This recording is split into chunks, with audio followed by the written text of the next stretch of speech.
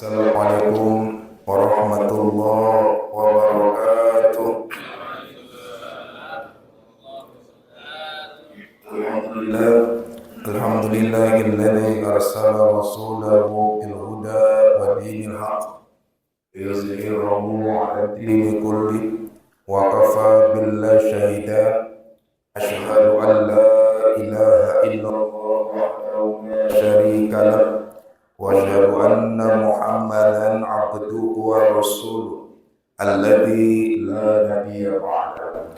Allahumma shalli wa sallim ala sayyidina Muhammad wa ala alihi wa ashabihi wa dhurriyyatihi wa qarabatihi wa azwajihi ajma'in, amma ba'd.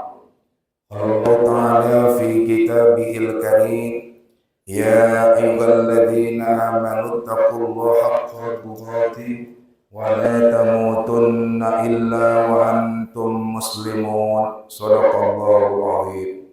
Bapak-bapak jamaah dirahmati Allah, kembali sama kita bersyukur kepada Allah atas segala nikmat dan karunia yang Allah limpahkan kepada kita.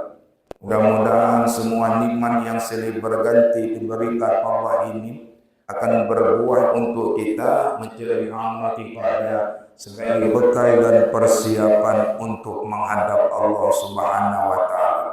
Karena setiap yang datang pasti pulang, setiap yang pergi akan kembali, dan setiap yang berasal akan kembali pada asalnya. Sama seperti kita datang dari berbagai macam alamat, datang kembali, tapi pada akhirnya semua akan pulang pergi, meninggal dan kembali. Begitulah kehidupan di alam dunia. Dari bangsa mana dia datang, suku mana dia datang, tapi pada akhirnya akan meninggalkan panggung dunia, kembali ke hadapan Allah Subhanahu wa Ta'ala. Alladzina idza asabatuhum musibah qalu inna lillahi wa inna ilaihi raji'un. Dia orang-orang beriman itu kalau ditimpa musibah, dia kokoh, kuat, enggak putus asa, nangis bisa, tapi putus asa tidak. Seperti dia punya keyakinan, sesungguhnya kami ini milik Allah, dan sungguh kami pasti akan kembali kepada Allah. Berarti Allah sebagai pemilik, kita adalah dimiliki. Maka siapa pemilik kita? Ya Allah. Lillahi ma fis samawati wa ma fil ardh. Segala yang di langit, segala yang di bumi mutlak milik Allah Subhanahu wa Ta'ala. Berarti pada samanya sebatas ada titipan. Yang namanya titipan ada masanya. Berarti enggak selama-lamanya. Ibarat kita pulang kampung, titip sepeda motor sama tetangga. Udah, pas nanti kita balik dari kampung, kira-kira yang kita titip itu diperiksa atau tidak? Oh, diperiksa. Bila bagus, awal senang sama tetangga, kasih oleh-oleh. Tapi kalau hancur beda tidak, disitulah murkanya kita sama tetangga. Sama halnya nanti menghadap Allah. Semua yang Allah titipkan ini diperiksa Allah. Bila yang bagus kita jaga, surga dikasih. Kalau tak mampu kita menjaga, neraka pula tempat kembalinya. Itulah Allah. Tsumma la tus'alunna yauma idzin 'anil na'im. Mudah-mudahan kita semua dibimbing Allah untuk mendapatkan segala nikmat pada jalan dan perbuatan yang Allah perintahkan. Salawat dan salam senantiasa kita sanjungkan kehadiran Nabi besar kita, Nabi Muhammad Rasulullah sallallahu alaihi wasallam.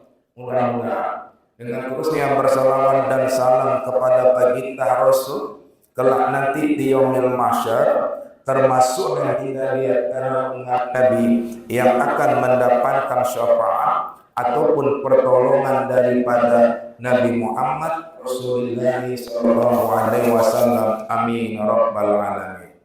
Bapak-bapak jamaah dirahmati Allah, di akhirat Allah menciptakan ada dua tempat. Yang pertama ada namanya neraka, yang kedua ada namanya surga. Neraka itu Allah ceritakan untuk siapa? Untuk orang yang tidak meyakini akan Allah itu Tuhan, Nabi Muhammad itu Rasul. Maka yang tak yakin sama Allah Tuhan, maka tempatnya neraka. Surga diciptakan Allah untuk yang yakin kepada Allah Tuhan. Makanya ada kalimat yang menyebabkan orang nggak ke neraka itu apa? Satu kalimat saja. La ilaha illallah Muhammadur Rasulullah. Makanya orang kalau mengucapkan la ilaha illallah, segala dosa kekufurannya dihapuskan oleh Allah Subhanahu wa taala. Kalau ditanya sama kita mana lebih tinggi, istighfar atau tahlil? Istighfar atau tahlil? Hakikat ketiga, itu orang kafir disuruh istighfar 1000 kali, dosanya terampunkan kan? Enggak. Tapi orang kafir suruh mengucap sekali la ilaha illallah, jadi muslim kali. Jadi muslim. Makanya luar biasa kalimat la ilaha illallah. Sampai Nabi ketika di akhirat nampak umatnya masuk neraka begitu. Nabi Muhammad ini sujud menghadap Allah. Ada apa ya Muhammad? Umatku ya Allah banyak dalam neraka. Kalau kayak gitu ya Muhammad, angkat umatmu yang ada dalam neraka, yang ada imannya seberat zarah. Zarah itu apa? Zarah itu kalau dimaknakan bisa artinya atom. Atom itu kan molekul kecil. Ayat dilihat dengan kacamata, terpaksa pakai alat bantu namanya mikroskop. Untuk mampu melihat segitu ada imannya yang amat. Saya yakinlah kalau yang duduk-duduk ini gak ada segitu lah imannya. Ini yang duduk-duduk ini imannya lebih kecil. Sedikit 10 Jabal Uhudnya semua ini. Wah tahu bahasa nampak berat kepala itu kan? Itu kenal kuat iman itu bukan apa-apa. Orang yang kuat iman itu suka menundur-nundur dia. Karena iman itu kuat. Makanya yang orang angkat itu diangkat Nabi, terangkan semua. Tapi masih banyak lagi yang sisa. Sujud Allah di hadapan, sujud Nabi Muhammad di hadapan Allah. Ada apa lagi yang Muhammad? Masih ada lagi umatku ya Allah yang ada dalam neraka. Kata Allah, ya Muhammad, angkat semua umatmu yang ada pada neraka, yang imannya lebih rendah dari zarah. Molekul apa itu Pak? Yang lebih kecil dari atom itu apa? Ion, ya kan? Ion yang ada di AC itu lebih kecil itu.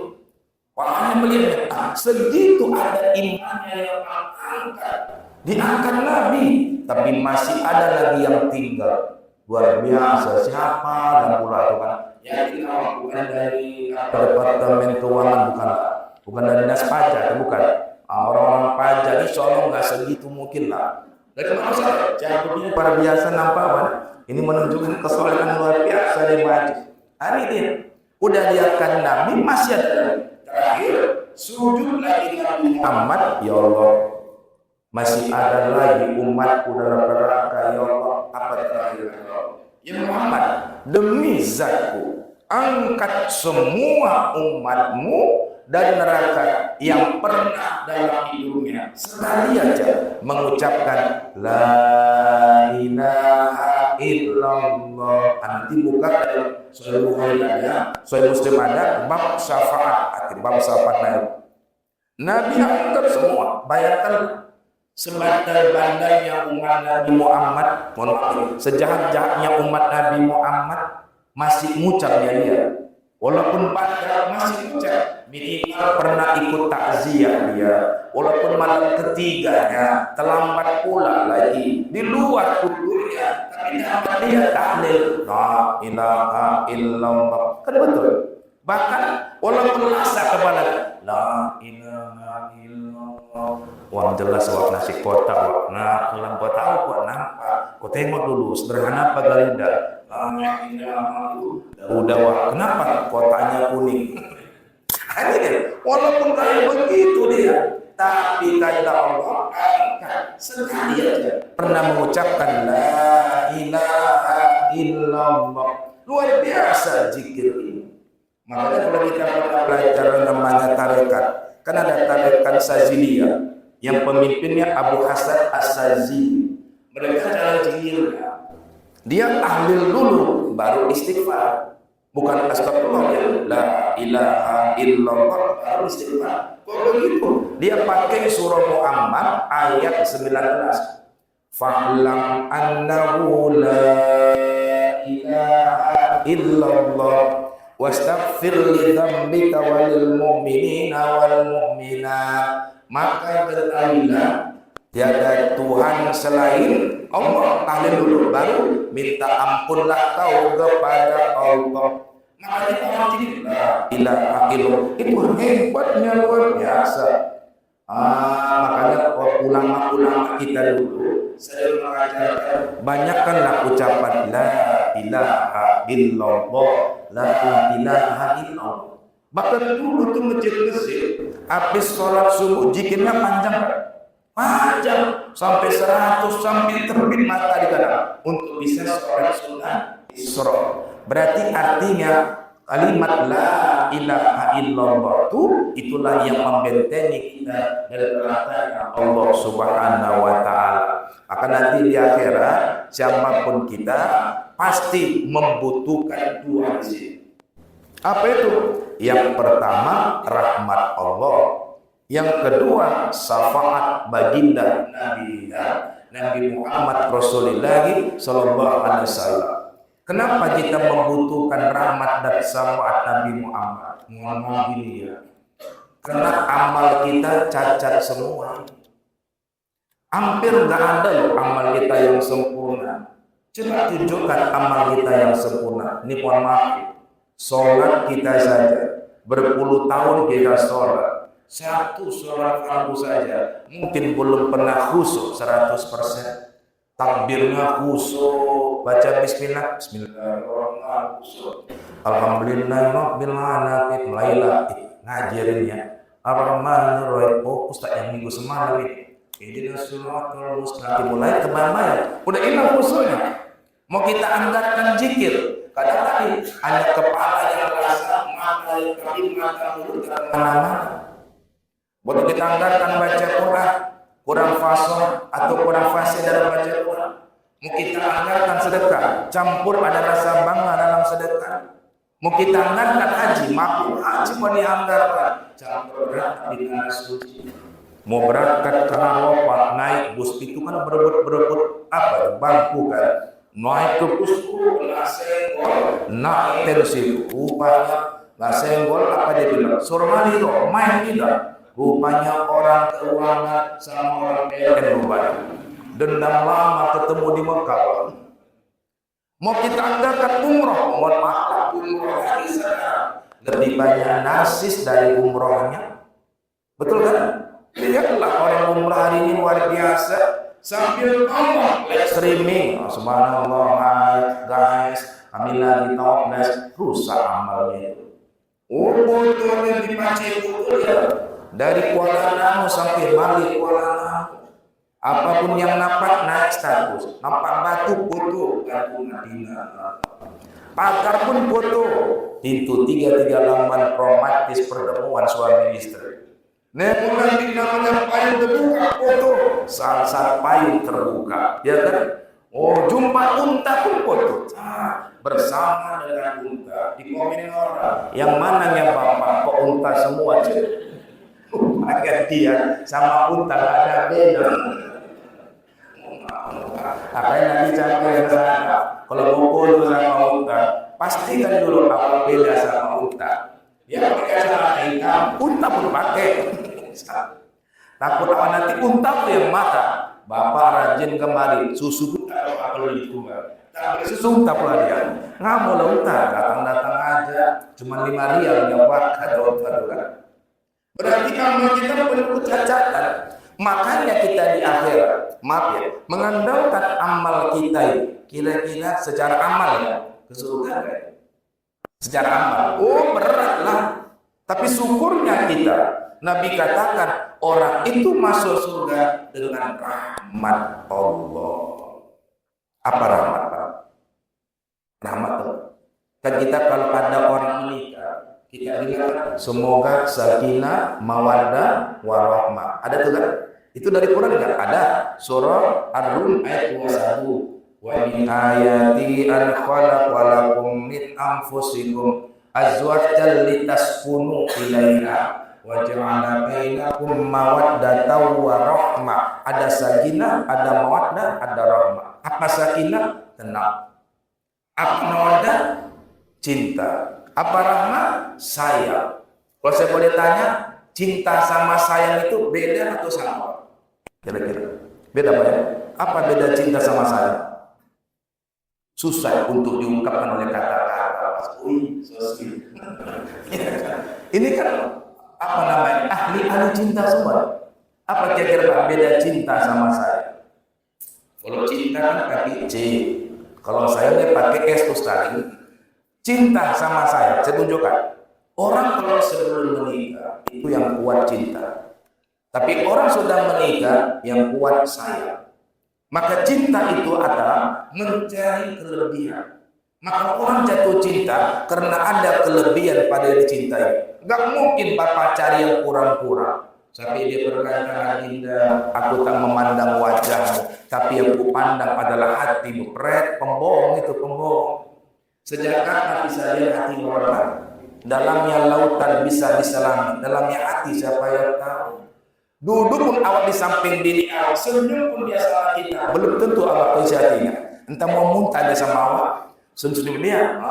Makanya kita nggak bisa tebak-tebak hati orang. Ada bisa nyawa yang zahir saja. Kalau cinta mencari kelebihan, kalau sayang menutup kekurangan. Cinta mencari kelebihan. Bapak dulu mohon maaf ketika jatuh cinta menampakkan kelebihan atau kekurangan. Dulu ingatlah dulu. Sampai mohon maaf asal jalan sama kekasih nggak pernah bilang ada uang, ambil deh uang, nanti habis uang kau bak, tenang Adinda, aku kerja hanya untukmu seorang. Itu belum nikah, udah nikah beli tali Pak ya Allah, ya kan bang apa, beli martabak apa, muka martabak itu contoh. Tapi belum nikah, royal. Nggak mau belanja kita di kemana Pak Samas gitu, jangan Samas, San belanja. Kalau dulu apa ya, jadi pelajar ya, aduh dia di pelajar, Adinda, untukmu yang terbaik kuberikan. Itulah orang jatuh cinta, menampakkan kelebihan luar biasa. Sama si perempuan kayak gitu juga, kena jatuh cinta, malas mandi pun dia, nampak mandi dia, kekasih mau datang, parfumnya 200 meter ada cium. Itu lagi jatuh cinta. Bahkan maaf ya Pak, waktu Bapak jatuh cinta, duduk di samping kekasih, lalu perut mula mau buang angin. Saya cuma tanya, lepas atau tahan? Mana tuh? Yakin nawa, mana ada yang lepas? Sempat lepas putus cinta. Gara-gara kentut bisa putus. Oh ditahannya, Iba, kok merah muka kau Bang? Alergi. Luar biasa. Tapi Bapak duduk di samping bini Bapak, lalu Bapak mengulang perut, lepas atau tahan? Dibalas bini, Kenapa? Udah sayang. Maka kalau sayang menutup kekurangan. Kalau cinta cari kelebihan. Maka nanti di akhirat Allah pandang amal kita banyak kurang, tapi karena Allah sayang ditutupnya kekurangan kita. Ibarat contohnya di sekolah. Ini gambaran rahmat ya. Ada guru sama murid. Maaf, muridnya super bodoh kali, super bodoh. Murid, ya guru, 5 tambah 5 berapa? 100. Salah, 5 tambah 5 10. Ulangi ya. Ya Bu. Terlihat ya, ayo. Berapa 5 tambah 5? 50. Apa enggak? Umat diabetes apa? Mulai. Tapi ini murid walaupun bodohnya, sopannya luar biasa.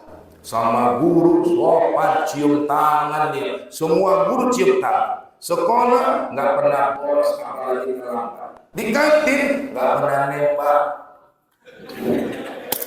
Berarti yang ketawa pengalaman.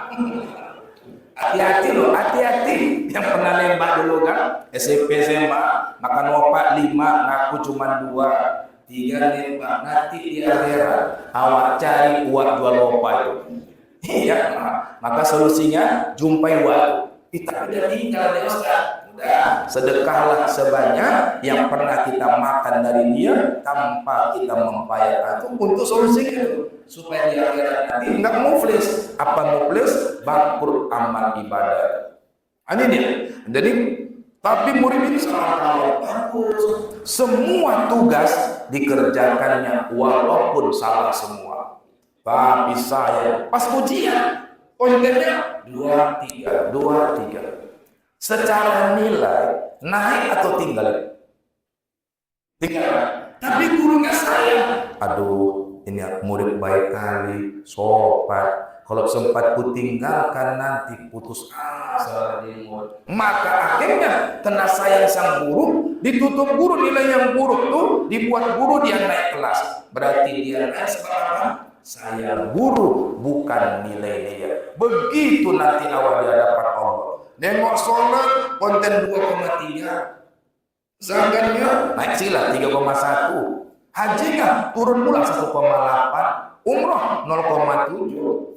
Secara nilai tak mungkin, tapi Allah sayang sama kita. Kenapa? Kesungguhan kita beramal itu yang mengundang sayang Allah. Memang dia kurang khusyuk sholat, tapi terus dia mau sholat. Memang baca Qurannya kurang fasih, tapi terus dia baca Quran. Memang ibadahnya tak hebat, tapi istiqomah dia tetap beribadah. Maka inilah yang mengundang rahmat Allah. Akhirnya apa? Ditutup Allah semua kekurangannya, masuklah dia ke surganya Allah. Itulah maknanya masuk surga dengan rahmatnya Allah Subhanahu wa Ta'ala. Kalau begitu Ustaz, kita nggak perlu beramal lagi, wajiblah kita dengan rahmat masuk, sebab dapat rahmat dan amal. Betul kan? Kalau nggak ada amal, gimana mau dapat rahmat?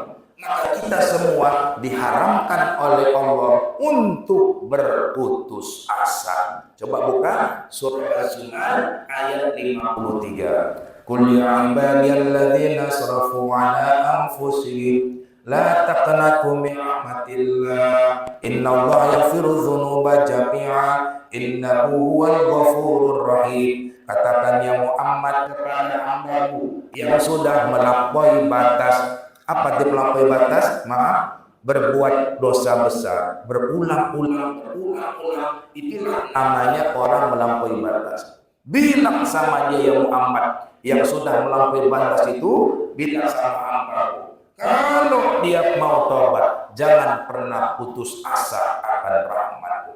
Berarti ini artinya, informasinya, seburuk apapun kita, sejahat apapun kita, sehebat apapun dosa kita buat, masih dikasih Allah kesempatan masuk surga. Kapan? Kalau udah taubat, semua dihapus oleh Allah Subhanahu wa Ta'ala. Mana dalilnya? Surah At-Tahrim ayat yang ke-8. Ya ayyuhalladzina amanu tubu billahi tawbatan nasuhan asa rabbukum an yukaffira ankum sayyi'atikum wa yudkhilakum jannatin tajri min tahtihal anhar. Orang-orang beriman kata Allah, tobatlah kau kepada Allah dengan tobat yang sungguh-sungguh. Niscaya semua dosa yang kau lakukan dihapuskan oleh Allah dan kau dijamin Allah masuk surga. Ada orang pelaku maksiat, mau matinya tobat, habis semua dosa. Tapi ada orang yang ahli ibadah, mau matinya maksiat, belum sempat tobat, neraka tempatnya. Maka Allah itu kepada orang ahli maksiat baik dia, artinya diberi kesempatan untuk berubah. Yang payah terima orang buruk kan manusia. Ibarat contoh maaf ya Pak, ada di kampung kita orang tukang maling, mencuri aja kerjanya. Bertahun-tahun itu kerjanya. Suatu hari dia datanglah ke masjid. Pertanyaannya, senang atau curiga Pak? Si maling ini udah rajin di maling. Suatu saat dia mau berubah, datang dia ke masjid sholat. Awal nengoknya curiga atau senang? Awas, cobain Pak, tengok modus, gambar. Sampai naja pun tak senang. Ya, ngapain kau? Ya sholat. Bisa apa sholat? Ya bisa lah. Betul ini? dia. Kutanya dia, sholat apa? Maghrib Pak. Iya. Berapa rakaat maghrib? 5. Berapa? 5. Pulang. Disuruh pulang sama Najib. 5 pulang Najib. Di jalan jumpa sama orang. Kemana Pak? Masjid nah sholat. Wah, sholat maghrib. Wah, boleh. Berapa rakaat nih maghrib 2? 3. Galawak, wah pulang aja lawak. Kenapa? Aku bilang 5 aja pulang. Wah, cuma 3. Ya Allah. Yang banyak melihat orang berubah itu manusia. Curiganya kuat. Macam nggak bisa orang yang buruk lainnya dibaik. Tapi sama Allah, seburuk apapun kata Allah, jangan pernah putus asa akan rahmat. Baru yang kedua, ada rahmat, ada syafaat baginda kita Nabi Muhammad Rasulullah SAW. Ada 4 ya. 1, yang dapat syafaat sebelum dihisab, jumlahnya 70.000. Ini tanpa hisab langsung surga. Kalau dapat syafaat tanpa hisab, kira-kira kita masuk nominasi? Agak berat. Jumlah sahabat berapa? Ya enggak? Umat yang dari kelas tabi'in. Tapi jangan pulang silap. 1 orang membawa lagi 70.000. 70.000 per orang, 70.000. Begitulah nanti yang dapat syafaat sebelum hisab. Yang kedua, ada yang dapat syafaat waktu ditimbang amal.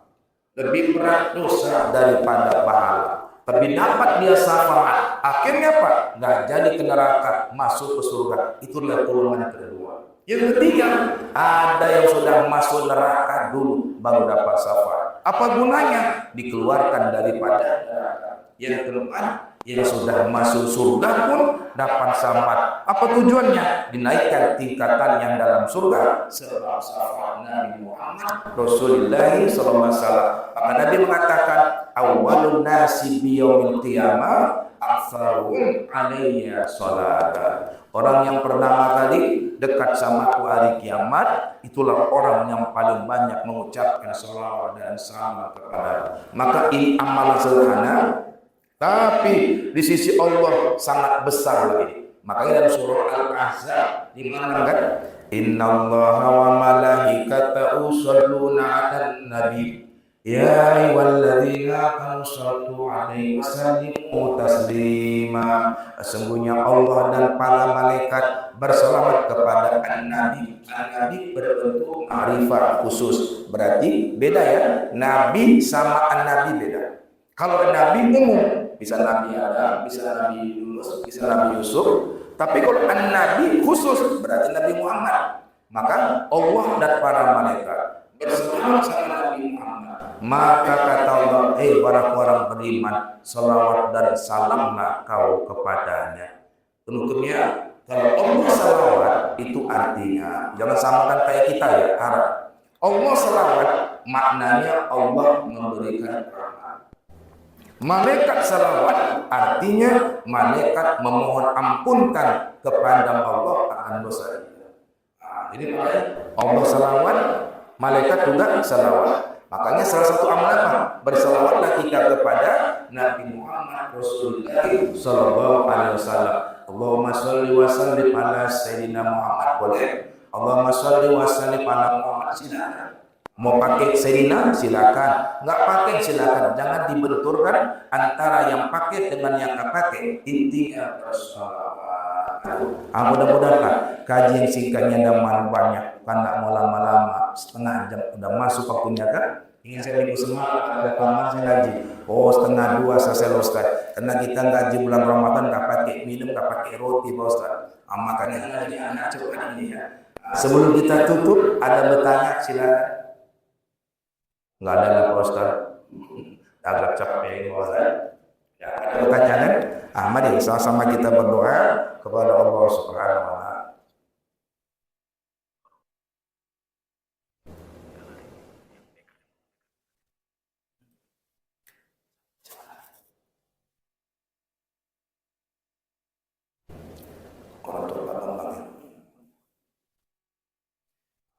Ada kenebitan buka meninggal dunia ibunda dari Bapak kita Bambang amba bernama Elmi Tri Retnaningsi. Mari sama kita kira Al-Fatihah dan kita doakan. Astagfirullahaladzim. Ila hadratin Nabil Mustafa Muhammadir Rasulillah sallallahu alaihi wasallam. Thumma khususan ya Allah ila ruhi ummina Helmi Tri Retnaningsi laha al-Fatihah.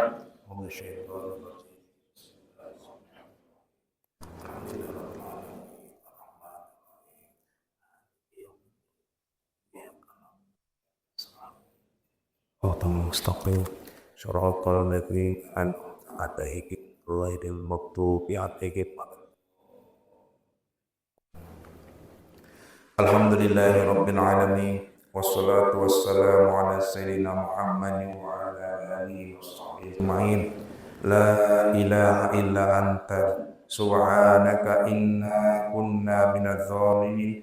Allahumma fir lana dzunubana wa liwalidina warhamhum kama rabbawna shighara wa li jami'il mu'minina wal mu'minat wal muslimina wal muslimat al ahya wal amwat bi rahmatika ya arhamar rahimin. Allahumma fir arwah amwatina min abaina wa ummahatina wa ahlina wa khususan ya Allah lil mu'minina Helmi Tri Retnaningsi bi rahmatika ya arhamar rahimin. Allahumma ighfir laha warhamha wa'fu anha wa akrim nuzulaha wa wasi' madkhalaha wa ghasilha bil ma'i wal thalji wal barad wa naqtiha minal khotoya kama yunqas thawbul abyadu minad danas wa badilha daran khayran min dariha wa zawjan khayran min zawjiha wa ahlan khayran min ahliha wa itha min adzabil qabri wa adzabil nar wa dakhilha ila jannatika jannatin na'im. Allahumma ij'al qabraha rawdatan min riyadil jannah wa la taj'al qabraha hufratan min hufarin nar. Allahumma ij'al nuran muniran baina yadayha wa haraban laha minan nar wa hijaban laha minan nar wa atqal laha minan nar. Rabbana taqabbal minna innaka antas samiul alim wa tub alaina innaka antat tawwabur rahim. Rabbana atina fid dunya hasanah wa fil akhirati hasanah wa qina adzaban nar. Wa sallallahu wasallam ala sayyidina Muhammadin wa ala alihi wa sahbihi ajma'in. Walhamdulillahi rabbil alamin. Taqabbalallahu minkum. Assalamualaikum warahmatullahi wabarakatuh.